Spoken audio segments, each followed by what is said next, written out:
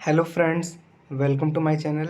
आज हम लोग बात करेंगे, अच्छे से जानेंगे उपनिषद में मोक्ष विचार के बारे में। ठीक है, और जितना हो सके शॉर्ट में हम लोग पढ़ेंगे और अच्छे से। ये है पूरी नोट्स, आपको मैं ब्रीफ करता हूँ इसको अच्छे से। उपनिषद में मोक्ष विचार। ठीक है, उपनिषद में मोक्ष विचार को स्वीकार किया गया है। उनके अनुसार ज्ञान मोक्ष का एकमात्र साधन है, क्योंकि ज्ञान में अविद्या अज्ञान का नाश होता है। ठीक है, और जो दर्शन बंधन आदि का कारण भी होता है। अविद्या का नाश ही मोक्ष कहलाता है। कहीं कहीं पर उपनिषद में आत्मन स्वरूपिणस्तान मोक्षा माना गया है। इस स्लोगन का अर्थ होता है, जब आत्मा परब्रह्म का साक्षात्कार अपने स्वरूप का ज्ञान कर लेती है, तब उसकी यह स्वरूपी स्थिति मोक्ष बन जाती है। इस अवस्था में किसी प्रकार का भय दुख भी नहीं रहता है और अमृतत्व प्राप्त हो जाता है। ठीक है, समस्त जन्म मरण के बंधन से मुक्ति मिल जाती है। आत्मा की ऐसी अमृतावस्था को ही मोक्ष कहा गया है। ऐसी अवस्था में पहुंचने पर प्राणी जन्म मरणशील जगत को पुनः प्राप्त नहीं होता।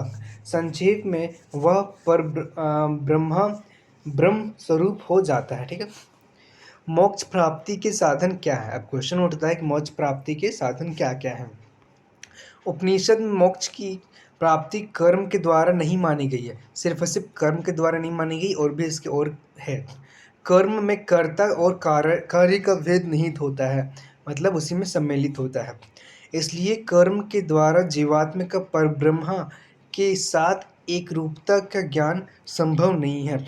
मोक्ष की प्राप्ति उपनिषद के अनुसार ज्ञान अर्थात विद्या के द्वारा ही संभव है।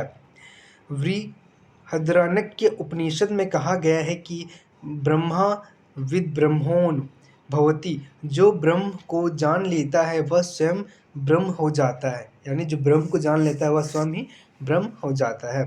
यही कारण है कि नचिकेता यम के द्वारा दिए गए सारे प्रलोभन को ठुकरा देता है, क्योंकि ये आत्म ज्ञान की प्राप्ति में बाधक होंगे। ज्ञान की प्राप्ति के लिए उपनिषद में एक पद्धति की चर्चा की गई है, जिनके 3 चरण हैं। अब वो चरण के बारे में जानेंगे। पहला है श्रवण, जिसको इंग्लिश में हियरिंग बोलते हैं। जो व्यक्ति मोक्ष की कामना करता है, उसे उपनिषद के सिद्धांत को गुरु के आश्रम में जाकर सुनना चाहिए। यह कार्य श्रद्धापूर्वक होना चाहिए, यानी कि गुरु का आश्रम में जा कर के ज्ञान को अर्जित करना होगा और उनकी कहे हुए बातों को ध्यान से सुनना होगा। सेकंड है मनन, यानी मेडिटेशन। यह दूसरी सीढ़ी है।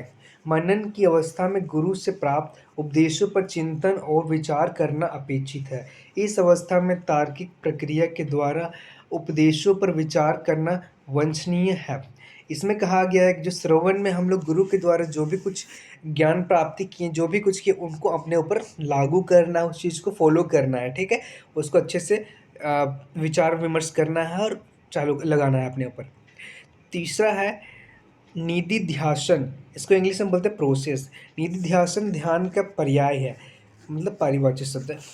इस अवस्था में जो ज्ञान प्राप्त हो चुका है, उसे योगाभ्यास के द्वारा पुष्ट बनाने की दिशा में प्रयत्नशील रखना चाहिए। यानी मनन में क्या हो गया, उस चीज़ पर विचार विमर्श करना है, ध्यान से उसको अच्छे से परखना है, क्या सही है गलत है।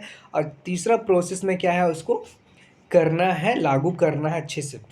उपरोक्त प्रक्रियाओं के पालन के फलस्वरूप बंधनग्रस्त आत्मा मुक्त हो जाती है। इस प्रकार बंधनग्रस्त आत्मा की प्रार्थना, मुझे असत से सत की ओर ले चलो, अंधकार से प्रकाश की ओर ले चलो, मृत्यु से अमरता की ओर ले चलो, की पूर्ति हो जाती है। तत्पश्चात ब्रह्म एवं आत्मा के बीच अद्वैत भाव आ जाता है। ठीक है, कैसा भाव आता है? अद्वैत भाव आता है।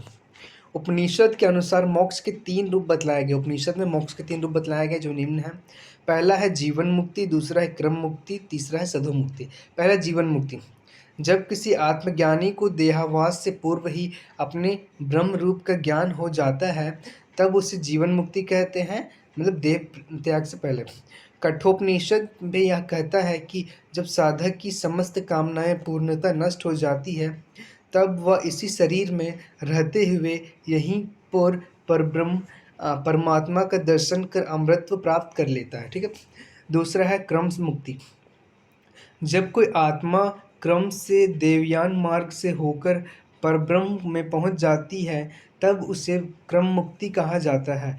यह अवस्था देहपात होने के पश्चात ही प्राप्त होती है, यानी कि किसी मनुष्य के मृत्यु के बाद ही क्रम मुक्ति को प्राप्त किया जाता है।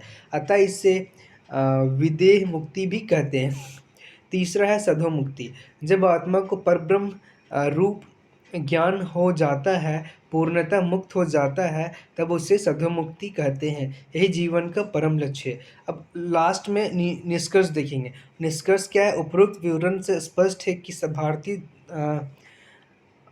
वाङ्मय में उपनिषदों का स्थान अत्यंत महत्वपूर्ण है।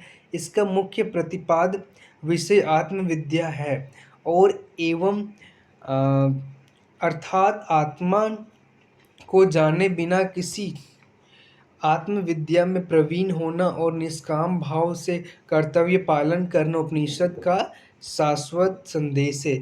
यह था दोस्तों आपका छोटा सा शॉर्ट नोट उपनिषद में मोक्ष विचार को लेकर के। या ठीक है, थैंक यू सो मच। आप इसका स्क्रीनशॉट भी ले सकते हैं। Thank you.